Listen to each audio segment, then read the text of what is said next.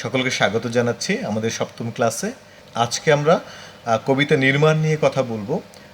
কবিতা নির্মাণের সাথে অনেকগুলো বিষয় জড়িত, তবে আমরা সবগুলো বিষয় নিয়ে আজকে কথা বলবো না। আমরা আজকে তিনটি বিষয় নিয়ে কথা বলবো, সেটি হলো স্বরস্তর, স্বরবিন্যাস এবং ক্লাইম্যাক্স।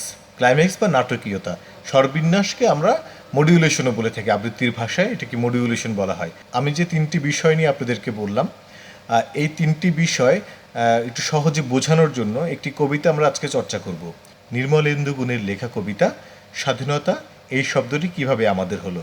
তো আপনারা যারা ক্লাস করছেন তারা যদি এই কবিতাটি সাথে নিয়ে আমাদের সাথে ক্লাস করেন, সেটি সকলের জন্য একটু সুবিধা হবে। তো আমরা কথা না বাড়িয়ে ক্লাসে চলে যাচ্ছি। স্বর, হ্যাঁ, স্বর স্তর মূলত তিন প্রকার। সেটা হলো যে স্বাভাবিক স্বর, নিম্ন স্বর এবং উচ্চ স্বর। কোন কবিতাটি কোন স্বরে পড়বে, একটি কবিতা পড়ার পরে কোন কবিতাটি সেটা স্বাভাবিক স্বরে পড়বো নাকি নিম্ন স্বরে পড়বো নাকি উচ্চ স্বরে পড়বো, ঠিক আছে? তো আমরা একটু এই স্বাভাবিক স্বর, নিম্ন স্বর এবং উচ্চ স্বরের আমরা সংজ্ঞাটা দেখে আসি সবাই। দেখুন, স্বাভাবিক স্বর কোনটা বা মুদারা, যেটা স্বাভাবিক স্বর বলতে আমরা কি বুঝি, যেটি আমাদের ফুসফুস থেকে যে আর বাতাসটি আসবে সেটি ষড়যন্ত্রের উপর মানে অধিক কোনো চাপ প্রয়োগ করবে না, সেটি হলো মুদারা। যেমন তথ্য প্রদান, কুশলাদি বিনিময়, ঠিক আছে? তারপর দৃশ্যবলীর বর্ণনা, কথোপকথন, প্রার্থনা, মানে প্রভৃতি স্বরগুলো কিন্তু আমাদের স্বাভাবিকভাবে প্রকাশ করতে পারি। তো হলো যে এটা হলো আমরা স্বাভাবিক স্বরের সংজ্ঞা বলতে পারি, ঠিক আছে? পরে যেটি আছে সেটা কি নিম্ন স্বর। নিম্ন স্বরের বিষয়টা হলো যে ষড়যন্ত্রের উপরে অপেক্ষাকৃত কম শক্তি প্রয়োগ হবে। মানে আমি যখন নিম্ন স্বরে কথা বলবো বা নিম্ন স্বরে কবিতা পড়বো, তখন কি হবে যে আমার যে ষড়যন্ত্র আছে সেটির উপরে শক্তি প্রয়োগটা কম হবে। আমি যদি বলি জাতির পতাকা আজ খামচে ধরেছে সেই পুরনো শকুন, মানে কি আমি কিন্তু অনেকটা শক্তি প্রয়োগ করলাম আমার গলার প্রতি। কি হবে, এটা হচ্ছে নিম্নস্বর না। নিম্নস্বর হলো যে ষড়যন্ত্রের উপরে কম চাপ প্রয়োগ করবে। যেমন হতাশা, বিষাদ, অভিমান, যেটা আমাদের কষ্ট দেয়, হ্যাঁ, পীড়াদায়ক যে বিষয়গুলো সেটি আমরা উদারস্বরে প্রকাশ করব। পরে যেটি আছে সেটি হল উচ্চস্বর। যে উচ্চস্বরের বিষয়গুলো কি, ফুসফুস থেকে আসা বাতাস বেশি শক্তি প্রয়োগ করবে। মানে এই যে আমি কিছুক্ষণ আগে যেটা বলছিলাম যে আমার ষড়যন্ত্রের উপরে বেশি পরিমাণ শক্তি প্রয়োগ করবে, ঠিক আছে? যেমন বলবীর বল উন্নত মম শির, শিরিনে হারি আমারই নত শির এই শিখর হিমাদ্রির। এই যে আমার কিন্তু দেখবেন স্বাভাবিকভাবেই আমার ষড়যন্ত্রের উপরে একটি বাতাস বেশি প্রয়োগ করলো। হ্যাঁ, তো এটা হলো যে যেমন হাহাকার, রিক্ততা, উল্লাস, ক্রোধ, হ্যাঁ, এই এই বিষয়গুলো যখন আমরা প্রকাশ পাবে তখন অটোমেটিকই দেখবেন আমাদের এই স্বরগুলো উচ্চস্বরে আমরা চলে যাচ্ছি, বা আমাদেরকে যখন আমি দেখবো এই কবিতায় এই বিষয়গুলো প্রকাশ পাচ্ছে তখনই আমরা উচ্চস্বরে পড়বো। আমি যেটা বলছিলাম, এখন যদি আমি একটি কবিতা পড়ে শোনাই আপনাদেরকে, ঠিক আছে, তাহলে যেটা হবে আপনারা মানে বুঝতে পারবেন যে স্বরের পার্থক্যটা কোথায় আসলে। ধরুন আমি কবিতা পড়ছি, আমি আপনাদেরকে যে কবিতাটা দিয়েছিলাম আপনারা কি পড়েছেন কেউ? হ্যাঁ, পড়েছি কয়েকবার। এই যে কবিতাটা, আমি এই কবিতাটা কেন নিয়েছি, এই কবিতাটির মধ্যে অনেক ধরনের স্বরের পরিবর্তন আছে। আজকে যে বিষয়গুলো নিয়ে আমরা কথা বলবো সেটি হলো কি স্বরস্তর, আর হলো মডিউলেশন এবং ক্লাইম্যাক্স আর এন্টি ক্লাইম্যাক্স। হ্যাঁ, এই তিনটি বিষয় কবিতাটির মধ্যে সুন্দর করে ফুটিয়ে তোলা যায়। সেই জন্যই মূলত আমি এই কবিতাটি আপনাদেরকে দিয়েছিলাম। তো আমি যে কবিতাটি আপনাদেরকে দিয়েছিলাম সেই কবিতাটির প্রথম লাইনগুলো কি, যে একটি বর্ণনা আছে। তো বর্ণনাটা আমরা কিভাবে পড়বো, স্বাভাবিক স্বরেই পড়বো। প্রথম লাইনটা কি ছিল, একটি কবিতা লেখা হবে, তার জন্য অপেক্ষার উত্তেজনা নিয়ে লক্ষ লক্ষ উন্মত্ত অধীর ব্যাকুল বিদ্রোহী শ্রোতা বসে আছে ভোর থেকে জনসমুদ্রের উদ্যান সৈকতে। কখন আসবে কবি, কখন আসবে কবি? এই শিশু পার্ক সেদিন ছিল না, এই বৃক্ষে ফুলে শোভিত উদ্যান সেদিন ছিল না, এই তন্দ্রাচ্ছন্ন বিবর্ণ বিকেল সেদিন ছিল না। তাহলে কেমন ছিল সেদিনের সেই বিকেলে বেলাটি? তাহলে কেমন ছিল শিশু পার্কে বেঞ্চ বৃক্ষে ফুলের বাগানে ঠেকে দেয়া এই ঢাকার হৃদয় মাঠখানি? জানি সেদিনের সব স্মৃতি মুছে দিতে হয়েছে উদ্যত কালো হাত। তাই দেখি কবিহীন এ বিমুখ প্রান্তরে আজ কবির বিরুদ্ধে কবি, মাঠের বিরুদ্ধে মাঠ, বিকেলের বিরুদ্ধে বিকেল, উদ্যানের বিরুদ্ধে উদ্যান, মার্চের বিরুদ্ধে মার্চ। হে অনাগত শিশু, হে আগামী দিনের কবি, শিশু পার্কের রঙিন দোলনায় দোল খেতে খেতে তুমি একদিন সব জানতে পারবে। আমি তোমাদের কথা ভেবে লিখে রেখে যাচ্ছি সেই শ্রেষ্ঠ বিকেলের গল্প। তো কবিতাটা তো এরকম ছিল, তাই না? এখানে যে আমি স্বরের যে পরিবর্তনটা করেছি সেটা কি লক্ষ্য করেছেন? বা বলতে পারবেন যে কোন জায়গাটা আমি স্বরের পরিবর্তনটা করেছি? আমার মনে হয় যে আকাশ ভাই যে এই আপনি যখন কবির বিরুদ্ধে কবি, মাঠের বিরুদ্ধে মাঠ, এটা যখন বললেন তখন একটু উচ্চ স্বর নিয়ে কথাটা বলা হয়েছে। আর প্রথম দিকে যেটা সেটা হচ্ছে মুদারা বা স্বাভাবিক স্বর, যেটা প্রথম দিককার যে একটি কবিতা লেখা হবে তার জন্য আমার কাছে এই দুইটা। হ্যাঁ, সাব্বির ভাই ঠিকই ধরেছে। দেখুন, স্বর তিন ধরনের: উদারা, মুদারা, তারা। নিম্ন স্বর, স্বাভাবিক স্বর এবং উচ্চ স্বর। যখন আমি স্বাভাবিক স্বরে কথা বলি তখন কি আমি বর্ণনা দিচ্ছি, গল্প বলছি, তখন হলো কি, তখন আমি স্বাভাবিক ভাবে কথা বলছি, তাই না? যখন আমার আবেগ প্রকাশ পাবে, বেদনা আসবে, তখন কি আপনার চোখটা নিম্ন স্বরে যাবে, ঠিক আছে? যখন আমার প্রতিবাদ হবে, হ্যাঁ, যখন আমার ক্রোধ তৈরি হবে আমার মনের মধ্যে বা কবিতার মধ্যে প্রকাশ পাবে, তখনই কিন্তু আমরা উচ্চ স্বরে যাচ্ছি। এটা হলো কবিতার একটা বিশেষ অংশ। হ্যাঁ, প্রতিটা লাইনেও হতে পারে যে বর্ণনা তো একটা অংশে শেষ হয়ে যায় না। আমি দেখুন আমি কি বলছি, একটি কবিতা লেখা হবে, তার জন্য অপেক্ষার উত্তেজনা নিয়ে লক্ষ লক্ষ উন্মত্ত অধীর ব্যাকুল বিদ্রোহী শ্রোতা বসে আছে ভোর থেকে জনসমুদ্রের উদ্যান সৈকতে। এই যে বিষয়টা বলেন, এটা কি বর্ণনা না? সম্পূর্ণ পরিষ্কার একটি বর্ণনা কিন্তু। হ্যাঁ, আমি বর্ণনা দিচ্ছি, এখানে কিন্তু একটা আমি স্বাভাবিকভাবে কথা বলছি, তার মানে কি স্বাভাবিক স্বর, মুদারা, ঠিক আছে? তারপর কি হচ্ছে, তারপর এই শিশু পার্ক সেদিন ছিল না, এই বৃক্ষে ফুলে শোভিত উদ্যান সেদিন ছিল না, এই তন্দ্রাচ্ছন্ন বিবর্ণ বিকেল সেদিন ছিল না। এ দেখুন আমি কিন্তু ধীরে ধীরে উচ্চ স্বরের দিকে যাচ্ছি। এই শিশু পার্ক সেদিন ছিল না, এই বৃক্ষে ফুলে শোভিত উদ্যান সেদিন ছিল না, এই তন্দ্রাচ্ছন্ন বিবর্ণ বিকেল সেদিন ছিল না। তাহলে কেমন ছিল সেদিনের সেই বিকেলে বেলাটি? তাহলে কেমন ছিল শিশু পার্কে বেঞ্চে বৃক্ষে ফুলের বাগানে ঢেকে দেয়া এই ঢাকার হৃদয় মাঠখানি? জানি সেদিনের সব স্মৃতি মুছে দিতে হয়েছে উদ্ধত কালো হাত। তাই দেখি কবিহীন বিমুখ প্রান্তরে আজ কবির বিরুদ্ধে কবি, মাঠের বিরুদ্ধে মাঠ, বিকেলের বিরুদ্ধে বিকেল, উদ্যানের বিরুদ্ধে উদ্যান, মার্চের বিরুদ্ধে মার্চ। হে অনাগত শিশু, হে আগামী দিনের কবি। এই দেখুন আমি কিন্তু এখান থেকে হে অনাগত শিশু আমি আবার স্বাভাবিক স্বরে চলে গেলাম। আমি যখন একটা চূড়ায় উঠলাম তারপর কিন্তু আমি স্বাভাবিক স্বরে আবার চলে গেলাম। এখন স্বরের পার্থক্যটাকে আপনারা বুঝতে পেরেছেন? আমরা শিখলাম যে স্বরের পার্থক্যটা কোথায় হয়। অনেকেই আছে দেখবেন যে স্বরকে ভুলভাবে ব্যবহার করে। কীরকম ভুলভাবে ব্যবহার করে? যেমন ধরেন বলা আছে কোনো একটা প্রেমের কবিতা পড়ছে, ধরুন কবিতাটি লাইন এমন, প্রিয়তমা তুমি আসবে বলে আমি আর কতকাল দাঁড়িয়ে থাকবো, তাই না? স্বাভাবিক কথা বা বেদনার কথা। তো সে আবৃত্তিটাকে সুন্দর করার জন্য সে কি বলছে, প্রিয়তমা তুমি আসবে বলে আমি আর কতকাল দাঁড়িয়ে থাকবো। দেখুন যেন সে মনে হচ্ছে যে প্রিয়তমা আসলে যুদ্ধ করা শুরু করে দিবে, এমন একটা ভাব, তাই না? তো আমাদের এটার মধ্যে তো আবেগের প্রকাশটা বেশি ছিল, যে এটার মধ্যে একটা অধিকার ছিল, এটার মধ্যে একটা ক্ষোভ ছিল কিংবা আবেগের প্রকাশ ছিল, সেটা কিন্তু মিথ্যে বলতে পারো না। আমি বুঝতে পারছি আপনার অভিমানের পাল্লাটাই ভারী বেশি। যাই হোক, আমি যেটা বলতে চেয়েছি, আমাকে ঠিক করতে হবে সম্পূর্ণভাবে যে আমি কোন কবিতাটা কোন স্বরে পড়বো। এখন আমি প্রেমের কবিতা যদি উচ্চ স্বরে পড়ি, প্রতিবাদের মতো করে পড়ি যে প্রিয়তমা তুমি আসবে বলে আমি আর কতকাল দাঁড়িয়ে থাকবো, তাই না? এটা তো শুনতে ভালো শোনা যাচ্ছে না আমার কাছে। সে তো আমার শত্রু না যে তার কাছে আমি টাকা পাই, তুই আসবি বলে আমি কতকাল অপেক্ষা করবো রে, টাকা কি দিবি না আমার? হ্যাঁ, তো এটা তো বিষয়, প্রিয়তমা আসবি বলে যে আমি তো আমার যে বেদনা, হ্যাঁ, তখন আমি যদি আমার বেদনাকে প্রকাশ করতে পারি যে আমি দীর্ঘদিন তার জন্য অপেক্ষা করছি, হ্যাঁ, সে আসে না, সে আসি করে আমাকে ফাঁকি দিচ্ছে, তাহলে আমাকে কি করতে হবে? শব্দটা কি আমি যদি ঠিক করি, প্রিয়তমা তুমি আসবে বলে আমি আর কত কাল দাঁড়িয়ে থাকবো, আমি যদি এভাবে বলি তাহলে আমার আবেগটা কি প্রকাশ পাচ্ছে না? হয়তো সে আমার এই কথা শুনে আসলেও আসতে পারে। তো আমাদেরকে ঠিক করতে হবে কোন কবিতাটি কোন অংশটা আমি কিভাবে পড়ব, কোন স্বরে পড়ব।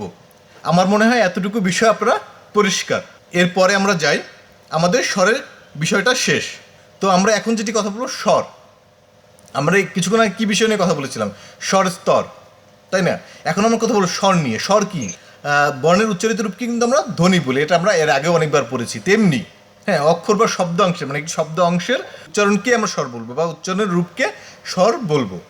অক্ষর কি? আমরা তো নিশ্চয়ই অক্ষর সম্পর্কে আমরা এর আগে জেনেছি, হ্যাঁ, যে বিদ্যালয়, ঠিক আছে, এতে 3টি অক্ষর। হ্যাঁ, একটি শব্দকে যে অংশে ভাগ করে একবার উচ্চারণ করা যায় সেটি হলো অক্ষর। অক্ষর বা শব্দ অংশের উচ্চারণকে আমরা স্বর বলতে পারি। ঠিক আছে, তো আমরা এখন কাজ করবো কি স্বর নিয়ে। তো স্বরবিন্যাস মূলত 3 ধরনের: স্থির স্বর, উচ্চগামী স্বর এবং নিম্নগামী স্বর। তো আমি একটু উদাহরণ দিয়ে আপনাদেরকে বোঝানোর চেষ্টা করি। আপনারা একটু মনে করুন আমি কি কি বিষয় আপনাদেরকে এর আগে বলেছিলাম। একটা বলেছিলাম কবিতার গতি, আমরা কবিতা কোন গতিতে পড়বো। এই একটা বিষয়ের সাথে আরেকটা বিষয় কখনো মিলিয়ে ফেলবেন না, তাহলে কিন্তু এলোমেলো হয়ে যাবে।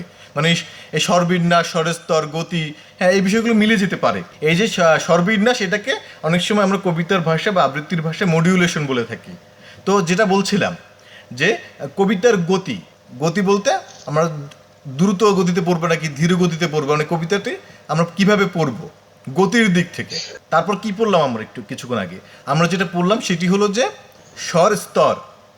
আমরা যখন একটা কবিতা পড়বো সেই কবিতার বর্ণনা অনুযায়ী, কবিতা বিষয় অনুযায়ী আমরা স্বরটাকে ঠিক করবো যে কোন স্বরে পড়বো। আমরা কি স্বাভাবিক স্বরে পড়বো নাকি উচ্চ স্বরে পড়বো নাকি নিম্ন স্বরে পড়বো।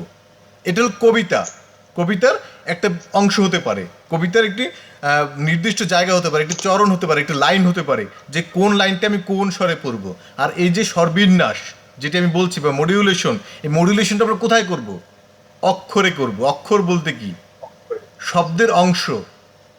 হ্যাঁ, স্বরস্তর যেটি সেটি হলো কবিতার স্বরস্তর, মানে কবিতার একটি অংশ নিয়ে আমরা করব। মডিউলেশন যেটি সেটি কিন্তু আমরা প্রতিটি শব্দে করব, প্রতিটি শব্দে একাধিক আমাদের মডিউলেশন থাকবে। আমি যদি এটি সহজ করে বলি, আমি তোমাকে ভালোবাসি, খুব কমন একটি শব্দ, তাই না? এখন এই আমিতে কয়টি অক্ষর আছে? আ মি, 2টি অক্ষর আছে, রাইট? তো এই 2টি অক্ষরকে আমি কিভাবে পড়বো, এই স্বর বোঝানোর আগে আমি একটু আপনার স্ক্রিনটা দেখাতে চাচ্ছি, কারণ এটা খুব জরুরি। এটার একটা উপায় আছে যে এইভাবে আমরা স্বরটাকে পড়বো। সেটি কি? দেখুন, স্থির স্বর যেটি সেটিকে আমরা কি একটা সমান টান দিয়ে আমরা বোঝানোর চেষ্টা করব। হ্যাঁ, উচ্চগামী স্বর যেটি সেটি একটু উপরের দিকে ভাঁজ হয়ে আসবে, এটা হলো যে উচ্চগামী স্বর। আর নিম্নগামী স্বর কি? নিচের দিক থেকে, মানে ভি এর মতো। নিম্ন স্বরটা কি? আমরা স্বাভাবিক স্বর থেকে বা স্থির স্বর থেকে নিচে নেমে তারপর উপরে উঠবে। আর উচ্চগামী স্বর কোনটি? আমার স্থির স্বর থেকে একটু উপরে উঠে আবার স্বাভাবিক হবে বা স্থির স্বরে আসবে। ঠিক আছে, আমরা চিহ্নগুলো ভালো করে দেখেছি। মডিউলেশনের ক্ষেত্রে আমরা কোন স্বরটি কিভাবে ব্যবহার করব। শব্দ যেভাবে হবে, শব্দের তো একটা অর্থ আছে, তাই না? শব্দ একটা অর্থ প্রকাশ করে, তাই কি না? তো শব্দের অর্থটা কীরকম, হ্যাঁ, সেটার উপর ডিপেন্ড করে কিন্তু আমরা এবার ঠিক করব যে কোন শব্দটি আমরা কিভাবে উচ্চারণ করব।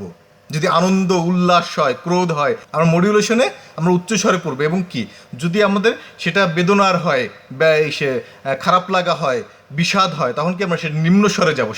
সেই শব্দটি আমরা বা সেই অক্ষরটি, শব্দাংশটি আমরা নিম্ন স্বরে যাব। ঠিক আছে, তো আমি যে কথাটি বলছিলাম যে আমি তোমাকে ভালোবাসি, তাই না? খুব কমন একটি কথা আমাদের। তো এটা কিভাবে বলবো এই কথাটি? আমি, ঠিক আছে। এখন আমিটা কীরকম? এই আমিটা কি আনন্দ প্রকাশ পাচ্ছে, বেদনা প্রকাশ পাচ্ছে, নাকি হতাশা প্রকাশ পাচ্ছে, নাকি ক্রোধ প্রকাশ পাচ্ছে? বলুন। আনন্দ। রাইট, আনন্দ প্রকাশ পাচ্ছে। আমি তোমাকে ভালোবাসি, বিষয়টা এমন না, তাই না? একটা ভালো লাগার কথা তাকে আমি জানাচ্ছি, তাহলে কি আ মি, আটাকে আমি কি বললাম? স্থির স্বরে বললাম আ মি। এরপর যদি আমি তোমাকে পড়ি, যদি তোমাকে আমি ধরি, তাহলে কি হবে? তো মাকে, ঠিক আছে, তোমাকে। আমি যদি সুন্দর করে পড়ার চেষ্টা করি, তাহলে কি হবে? আমি তোমাকে ভালোবাসি, ভালোবাসি। দেখুন আমি কয়টা স্বর চেঞ্জ করলাম এখানে, মানে পার্থক্যটা বোঝা গেল যে আমি প্রতিটি শব্দাংশে যে আমি স্বরটাকে চেঞ্জ করলাম। এটিকে আপনারা বুঝতে পেরেছেন? হ্যাঁ, বোঝা গেছে। মানে এটা তো আপনারা পার্থক্যটা বুঝতে পেরেছেন, তাই না?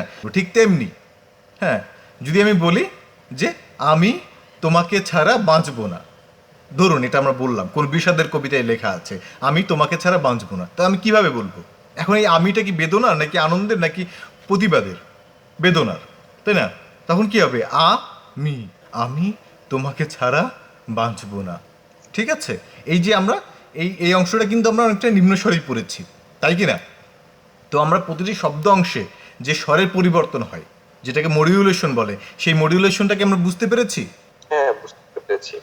আমরা যে কবিতাটি নিয়ে আজকে কথা বলবো ভেবেছিলাম, তো সেই কবিতাটি আমরা যদি প্রথম লাইনটা পড়ি, হ্যাঁ, তাহলে কি হবে? দেখুন, একটি কবিতা লেখা হবে, তার জন্য অপেক্ষার উত্তেজনা নিয়ে লক্ষ লক্ষ উন্মত্ত, অধীর, ব্যাকুল, বিদ্রোহী শ্রোতা বসে আছে ভোর থেকে। দেখুন এখানে কিন্তু আমি স্বাভাবিক স্বরেই পড়েছি, মানে উদারা মুদারা তারার সাথে চিন্তা করলাম কিন্তু মুদারাই পড়েছি, স্বাভাবিক স্বরে পড়েছি।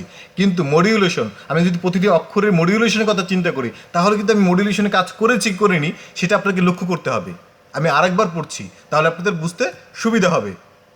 একটি কবিতা লেখা হবে, তার জন্য অপেক্ষার উত্তেজনা নিয়ে লক্ষ লক্ষ উন্মত্ত অধীর ব্যাকুল বিদ্রোহী শ্রোতা বসে আছে ভোর থেকে।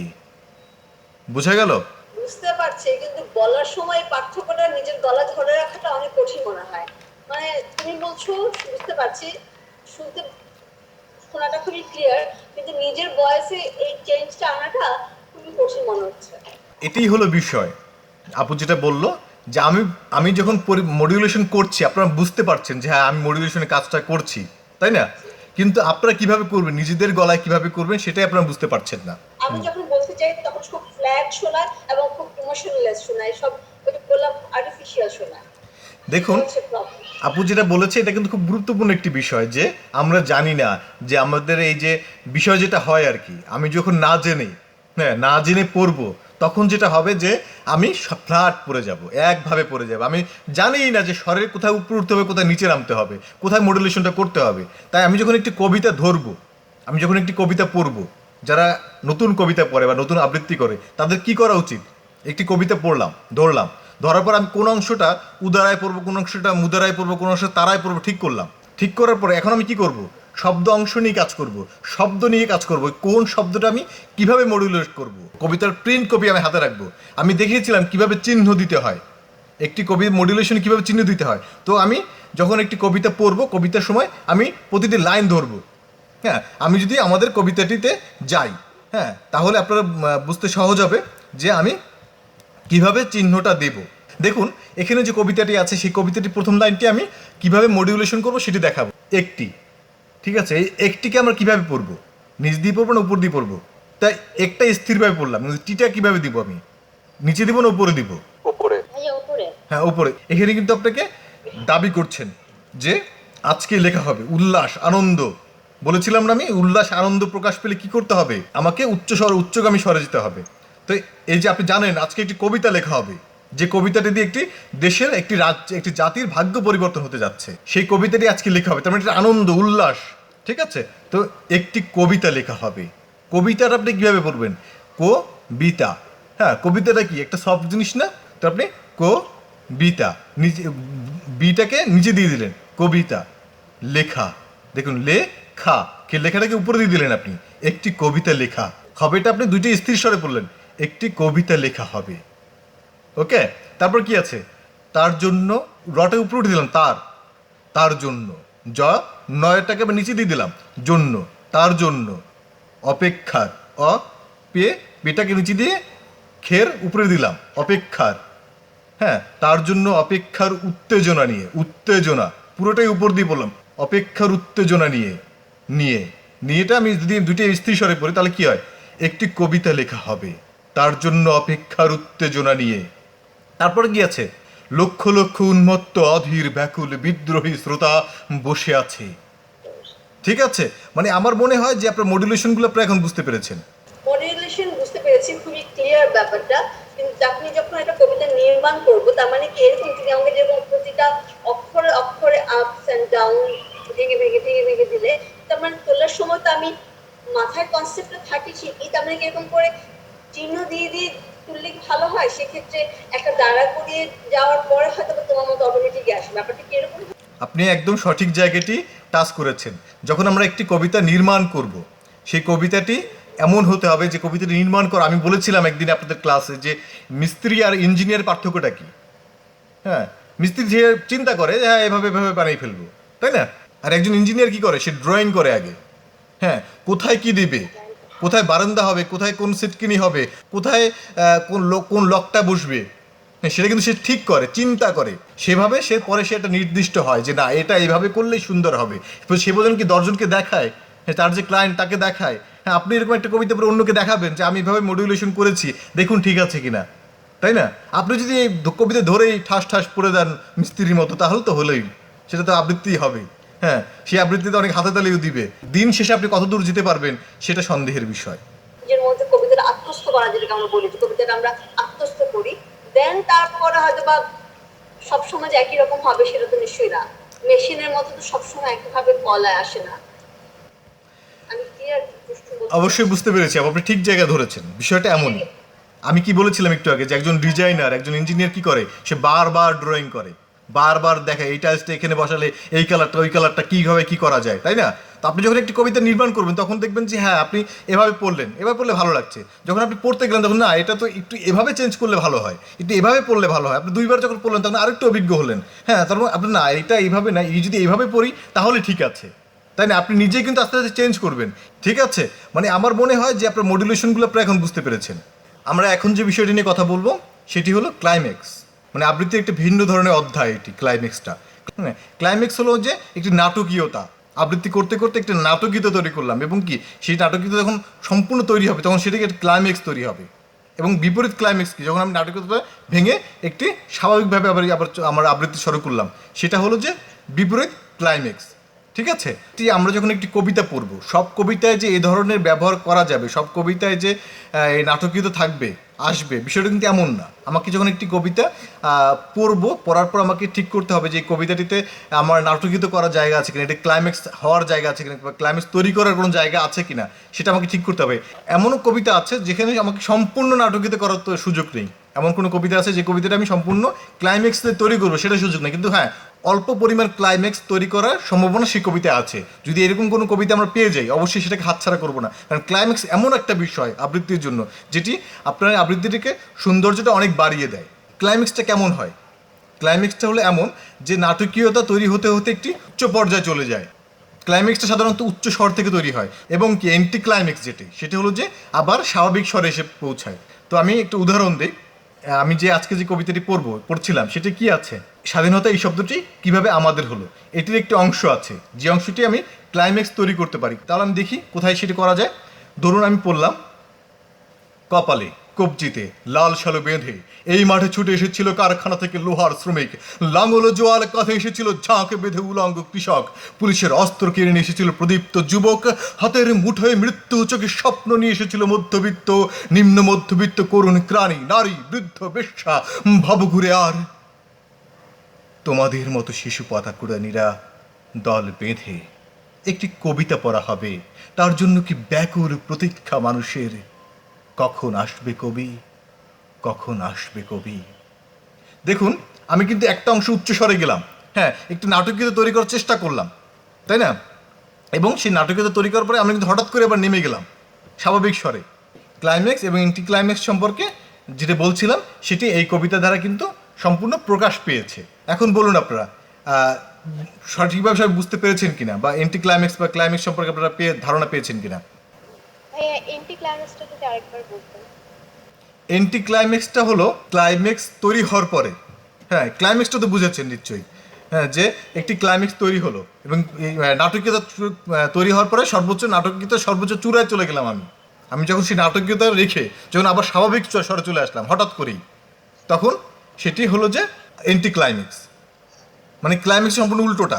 না, আমি একটা কাজ করি, আমি আপনাদেরকে পুরো কবিতাটাই পড়ে শোনাই, হ্যাঁ তাহলে আপনাদের জন্য যেটা সহজ হবে বুঝতে, যে কোথায় এন্টি ক্লাইম্যাক্স আছে, কোথায় ক্লাইম্যাক্স আছে, হ্যাঁ তারপর কোথায় স্বরের পরিবর্তন, কোথায় আমরা স্বাভাবিক স্বরে পড়ছি, কোথায় আমি স্বাভাবিক স্বর থেকে উচ্চ স্বরে চলে যাচ্ছি, হ্যাঁ সেটা আপনারা দেখতে পারবেন। তারপর আমি মডুলেশন যেটা বলেছি, কোন শব্দে আমি কীভাবে মডুলেশন করেছি সেটা আপনারা বুঝতে পারবেন। আমি তাই সম্পূর্ণ কবিতাটি একবার আপনাদেরকে পড়ে শোনাচ্ছি। একটি কবিতা লেখা হবে, তার জন্য অপেক্ষার উত্তেজনা নিয়ে লক্ষ লক্ষ উন্মত্ত অধীর ব্যাকুল বিদ্রোহী শ্রোতা বসে আছে ভোর থেকে জনসমুদ্রের উদ্যান সৈকতে। কখন আসবে কবি, কখন আসবে কবি। এই শিশু পার্ক সেদিন ছিল না, এই বৃক্ষে ফুলে শোভিত উদ্যান সেদিন ছিল না, এই তন্দ্রাচ্ছন্ন বিবর্ণ বিকেল সেদিন ছিল না। তাহলে কেমন ছিল সেদিনের সেই বিকেলে বেলাটি? তাহলে কেমন ছিল শিশু পার্কে বেঞ্চে বৃক্ষে ফুলের বাগানে ঢেকে দেয়া এই ঢাকার হৃদয় মাঠখানি? জানি সেদিনের সব স্মৃতি মুছে দিতে হয়েছে উদ্যত কালো হাত। তাই দেখি কবিহীন এ বিমুখ প্রান্তরে আজ কবির বিরুদ্ধে কবি, মাঠের বিরুদ্ধে মাঠ, বিকেলের বিরুদ্ধে বিকেল, উদ্যানের বিরুদ্ধে উদ্যান, মার্চের বিরুদ্ধে মার্চ। হে অনাগত শিশু, হে আগামী দিনের কবি, শিশু পার্কের রঙিন দোলনায় দোল খেতে খেতে তুমি একদিন সব জানতে পারবে। আমি তোমাদের কথা ভেবে লিখে রেখে যাচ্ছি সেই শ্রেষ্ঠ বিকেলের গল্প। সেদিনে উদ্যানের রূপ ছিল ভিন্নতর, না পার্ক না ফুলের বাগান, এসবের কিছুই ছিল না। শুধু একখণ্ড অখণ্ড আকাশ যেরকম, সেরকম দিগন্ত প্লাবিত ধুধু মাঠ ছিল দুর্বাদলে ঢাকা, সবুজে সবুজময়। আমাদের স্বাধীনতা প্রিয় প্রাণের সবুজ এসে মিশেছিল এই ধুধু মাঠের সবুজে। কপালে কবজিতে লাল শালু বেঁধে এই মাঠে ছুটে এসেছিল কারখানা থেকে লোহার শ্রমিক, লাঙল জোয়াল কাঁধে এসেছিল ঝাঁক বেঁধে উলঙ্গ কৃষক, পুলিশের অস্ত্র কেড়ে নিয়ে এসেছিল প্রদীপ্ত যুবক, হাতের মুঠোয় মৃত্যু, চোখে স্বপ্ন নিয়ে এসেছিল মধ্যবিত্ত, নিম্ন মধ্যবিত্ত, করুণ প্রাণী, নারী, বৃদ্ধ, বেশ্যা, ভবঘুরে। আর তোমাদের মতো শিশু পাতা কুরানিরা দল বেঁধে একটি কবিতা পড়া হবে, তার জন্য কি ব্যাকুল প্রতীক্ষা মানুষের। কখন আসবে কবি, কখন আসবে কবি?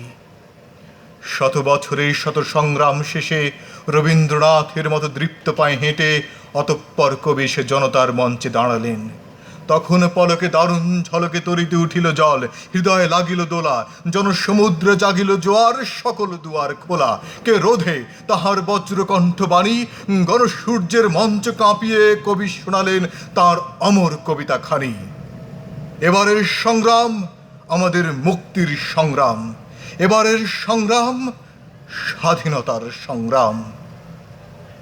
সেই থেকে স্বাধীনতা শব্দটি আমাদের। আকাশ, একটা প্রশ্ন আছে, সেটা হচ্ছে ক্লাইম্যাক্সের জন্য সবার আগে মনে হয় দম নেওয়া ব্যাপারটা মনে হয় খুব ইম্পর্টেন্ট, তাই না? হ্যাঁ, হ্যাঁ। ক্লাইম্যাক্সের উপরে উঠতে গেলে দমটা না থাকলে তখন এটার পিকে যাওয়া সম্ভব, নিজেই হারিয়ে যাওয়া। দূরের কবিতা সবসময় দাঁড়িয়ে পড়তে হয়। হ্যাঁ, দাঁড়িয়ে পড়তে হয়, যখন পেটে সমান থাকে দম প্রচুর নেওয়া যায়। আমি তো এখন বসে আছি, ভাজা আছে পেটে কিন্তু আমার ভাঁজ পড়ে আছে, যে কারণে আমি দমটা বেশি নিতে পারছি না। যেরকম আমি কিন্তু অনেক সময় এই যখন আমি ক্লাইম্যাক্সে যাচ্ছিলাম তখন আমি দমটা আটকে যাচ্ছিল। এটা মূল কারণ হলো আমি প্রচুর আমাকে দম নিতে হবে। তো এটা আপনারা বুঝতে পেরেছেন কিনা? বললাম, হ্যাঁ মোটামুটি বুঝছি। আর এই ক্লাসটা আর কয়েকবার দিলে ঠিক হয়ে যাবে। মানে কয়েকবার দেখলে ঠিক হয়ে যাবে, এই তো? হ্যাঁ জি ভাই। আসল কথা আপু আমার মনে হয় যে প্রচুর প্র্যাকটিস লাগবে। আমার এখন প্রচুর প্র্যাকটিস, প্রতিটা ওয়ার্ড ভেঙে ভেঙে। আমি মনে হয় আগে যখন জানতাম না প্রতিটা অক্ষর ভাঙতে হয়, সেটাই বরং ভালো ছিল। এখন তো মনে হয় প্রতিটা অক্ষর নিয়ে খেলতে হবে, আদারওয়াইজ এটা হবে না। এই কবিতাটি আমি দীর্ঘদিন চর্চা করছি না, হঠাৎ করে আজকে পড়লাম, এই জন্য দুই একটি উচ্চারণ আমার ছুটে গেছে, এবং অনেক সময় দম চলে যাওয়ার একটা সম্ভাবনা থাকে আপনি যদি নিয়মিত প্র্যাকটিস না করেন। বাবাটা যখনই ছুটে যাচ্ছে বলতে যাচ্ছিলাম, তখনই মনে হলো এই আকাশ লাগাবে এখন ধমক বলবে যে জীবের যে ব্যায়ামগুলো আছে সেগুলো করছেন না, তাই আপনার উচ্চারণগুলো ঠিক মতো হচ্ছেন না। একটা বিষয় হলো, আমি কিন্তু আপনাদেরকে দেখিয়েছি যে কিভাবে আপনি এই দম তৈরি করবেন, শ্বাস নিয়ন্ত্রণ কিভাবে করবেন, আপনি কিভাবে উচ্চারণের জন্য জিহ্বার ব্যায়ামগুলো করবেন। হ্যাঁ, এগুলো কিন্তু আপনাদেরকে আমি নিয়মিত দেখিয়েছি, এবং দেখানোর পরে কিন্তু আমি এই জায়গায় এসেছি। হ্যাঁ, বিষয়টা এমন না যে আমি আজকে হঠাৎ করে প্রথম দিনে আমি আপনাদেরকে এই জায়গায় নিয়ে আসলাম। এগুলো আমি দেখিয়ে এসেছি যাতে করে আপনাদের জন্য প্র্যাকটিস করে অন্তপক্ষে আপনি এই জায়গাটায় আসতে পারেন। হ্যাঁ, ঠিক আছে। এই কবিতাটা তুলতে গিয়ে আমার কাছে মনে হয় পেছনের ক্লাসগুলো আমাকে আবার রিভিউ দিতে হবে, আবার দেখতে হবে উচ্চারণগুলো জন্য কোন কোন জীবে আড়ষ্টতার জন্য যে যে ব্যায়ামগুলো ছিল সেগুলো আবার আমাকে দেখে তারপরে উচ্চারণগুলো আবার ঠিক করতে হবে। আমরা যে আজকে যে বিষয়টা তিনটি বিষয় নিয়ে কথা বললাম, সেই তিনটি বিষয় স্বরস্তর, স্বরবিন্যাস, মডিউলেশন এবং হলো যে ক্লাইম্যাক্স, এন্টি ক্লাইম্যাক্স, এই বিষয়গুলো আপনারা বুঝতে পেরেছেন। আপনারা ভিডিও বারবার দেখে নেবেন, কারণ বিষয়গুলো একটু কঠিন, একটু জটিল। আমরা পরবর্তী ক্লাসে কথা বলবো কবিতার বোধ নিয়ে। বোধ মানে কবিতা কীভাবে আমরা তো বুঝবো, কবিতাকে অনুভব করা, হ্যাঁ, কবিতাটা যদি কী বোঝাতে চেয়েছে সেটা বোঝার চেষ্টা করা। হ্যাঁ, সেই অনুযায়ী আমি আবেগ দিব, আমাকে আবেগ প্রকাশ করতে হবে। তো এর পরের ক্লাসে আমরা সেই বিষয়টা নিয়ে কথা বলবো। খুব গুরুত্বপূর্ণ একটি বিষয়, কবিতা আবৃত্তি করার জন্য না, শুধু কবিতা বোঝার জন্য, কবিতা ভালোবেসে পড়ার জন্য খুব বেশি জরুরি। তো আশা করি পরবর্তী ক্লাসে আপনাদের সাথে আবার দেখা হবে। ভালো থাকুন সকলে।